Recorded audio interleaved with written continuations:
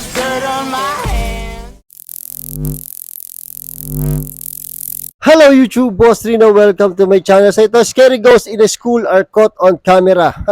A horror videos compilation. Ito yung part 2. So ito is the darkest secret. Ang ganda ng part 1. Kaya sigurado mag-enjoy tayo dito sa part 2. So shoutout tayo mamaya. So try natin ito bago pa try na iba. If you look up this YouTube channel, Big in Fashion Invasion, you will meet a group of young Mexicans whose only weakness is in to enjoy the abundant dishes Uy, ang taba ni Kuya, oh. that they are offered in different parts of their country.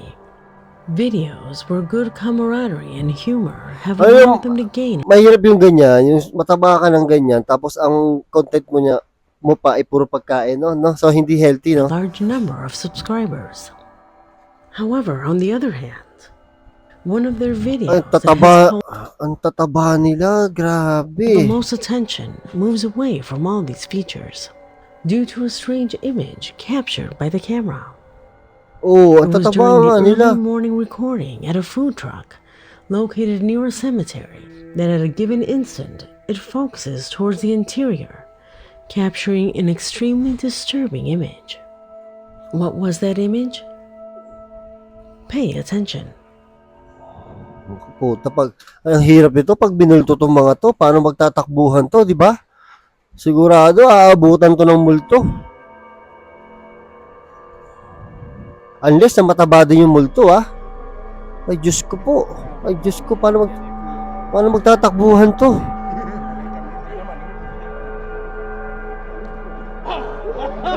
Pues vamos a comer tacos, carnal. Paano may tumakbo, ah? Yun, no? Oh, gago, may sumilip.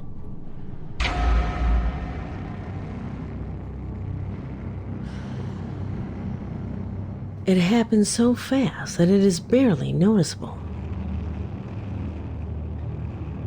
However, by slowing down the image, it is possible to appreciate a strange presence that manages to show itself in such a quick way that it is Na-curious yung multo na parang sabi.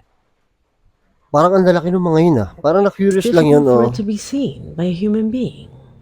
But based on its shape, we could say that it is a girl. Girl na For naman, oh. fractions of a second manages to be visible through the lens of the device. Although the group cannot be sure, they say that at no time did they see someone inside the cemetery, and certainly not a minor.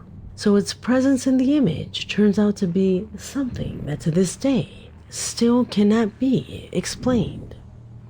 What do you think of this recording? Could what was recorded in this video be a spiritual entity? Tell me what you believe. Nawala yung attention ko doon sa multo, eh. Yung attention ko sa kanila, eh. Medyo naisip ko, grabe yung channel nito. Sobrang ang lalakas kumain nito, sigurado. So parang masaya yung channel, eh, no? Subscribe mo nga yung mga yan. Number 3.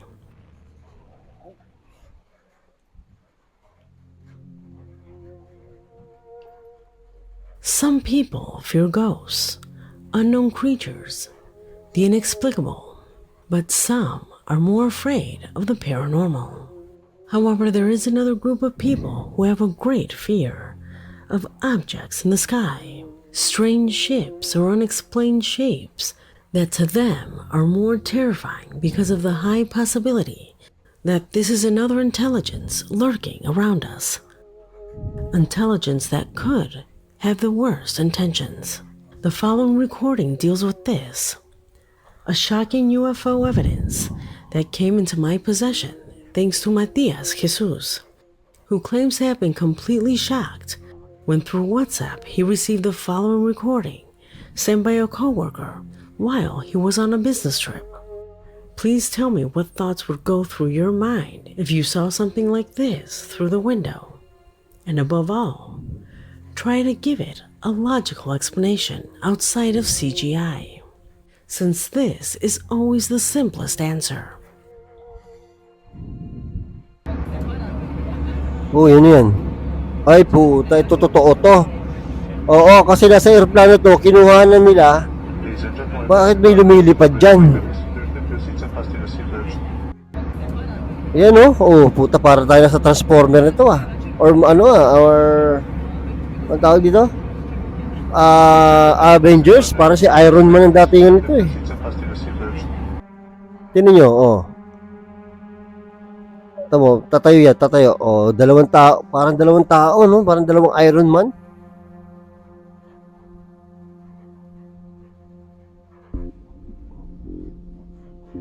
Wala na, ang weird na If you ng look mundo natin. closely, in a first shot, it looks like a black shadow passes at high speed near the plane. But when making a second approach, it seems that in reality, it was two objects moving at the same speed. What do you think of this recording? And try to omit the simplest answer that it is CGI. Try to find another explanation. Number 2. Grabe, alien na naman. Tapos niyo may alien dito eh. The following corresponds to a footage that you have repeatedly sent to my email. Videos that separately do not have the paranormal level to be on my channel, but together, they certainly do. And they have in common that both are recorded in an abandoned educational establishment. In the first of them, a young man only ventured to visit a ruined establishment where locals indicated that during the nights, cries were perceptible as if children were playing. Kinilabutan ako, oo. Nakita ko pala yung lugar na kinilabutan ako bigla. Provided with a camera, and in the midst of deep darkness, he began to walk through the old corridors, going from room to room without finding more than just ruins. That is, until he reached the entrance of a classroom, where, as he confesses, he experienced the most terrifying thing he's ever lived. Puta, kinikilabutan ako. Pay attention. Iba to eh, iba eh. Parang iba yung dating nitong video na to eh.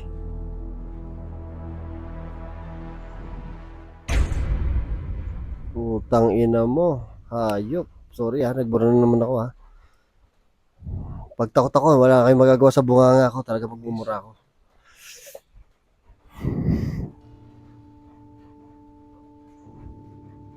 Tell me how you would have reacted if you came across something like this. Putang ina. Although he's never seen in a threatening position, the mere fact of detecting his presence makes him quickly leave the place without even noticing if it was someone in disguise or if he actually caught a ghostly presence. As well as the following footage recorded in a similar establishment, a school in ruins, Kinikilabutan where ako. there was a rumor that strange phenomena were manifesting inside. More than enough reason for another explorer to grab his camera and start searching the place, hoping to capture some of the much talked about situations. He never imagined that he would find those phenomena just by advancing a few steps. Watch. Putang ina, nakabahan ako dito. Pat ganito. Iba pakiramdam ko dito. tadi termasuk jackpot sok kaki anjir. Gue kok merinding ya, Cok. Permisi. Assalamualaikum.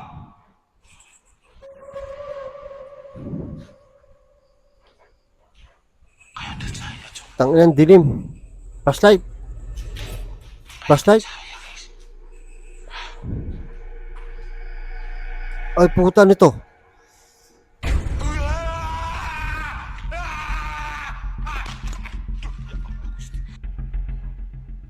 Tangina It talaga. cannot be denied that this image is impressive, and it is completely illogical that this group of girls were at the same time of the morning alone and in the darkness of this place. Wala man yun, may Therefore, for inooperahan. me, this represents more proof that the things that are said about this school are absolutely true. Could it be spirits that this man's camera caught? Is there any other way to explain this clip?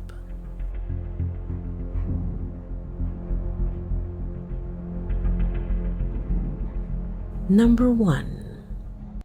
Ay, nako, kinikilabutan. Nakakatakot to ah.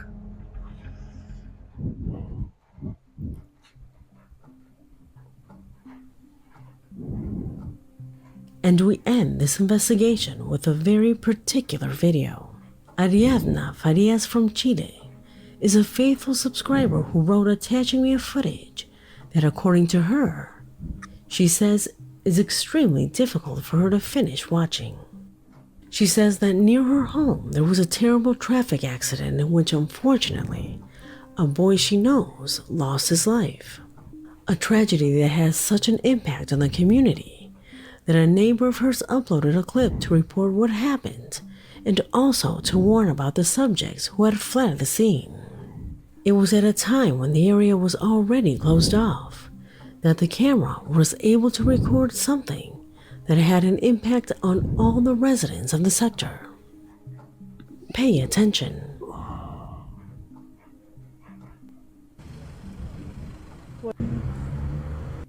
Chiquillos, no lo hagan, weón, no lo hagan. No hagan esta weá. Tengo hasta un nudo en la garganta, weón. Por Dios que tengo un nudo en la garganta. Me da pena por la familia de este niño.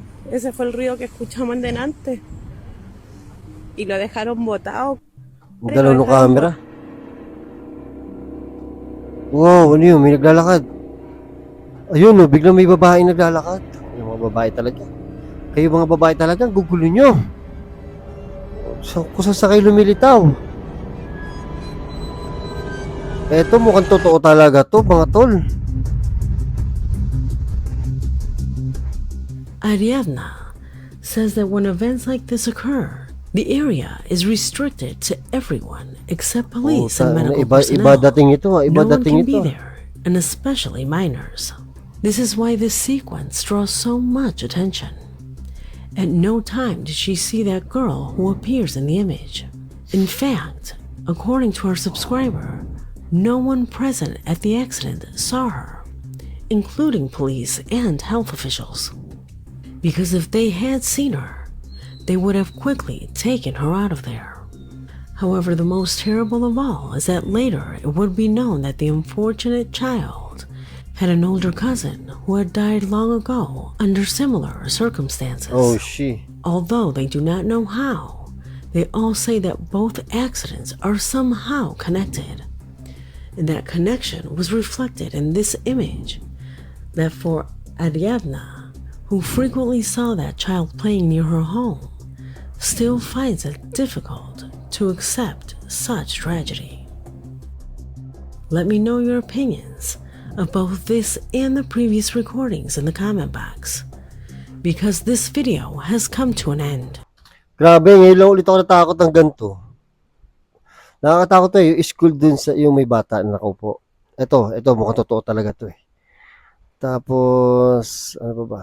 Basta itong video na to nakakatakot. Oo, iba. Iba, kinikilabutan ako kanina pa nga. Ay, nako. So, ito, shoutout tayo. Wala.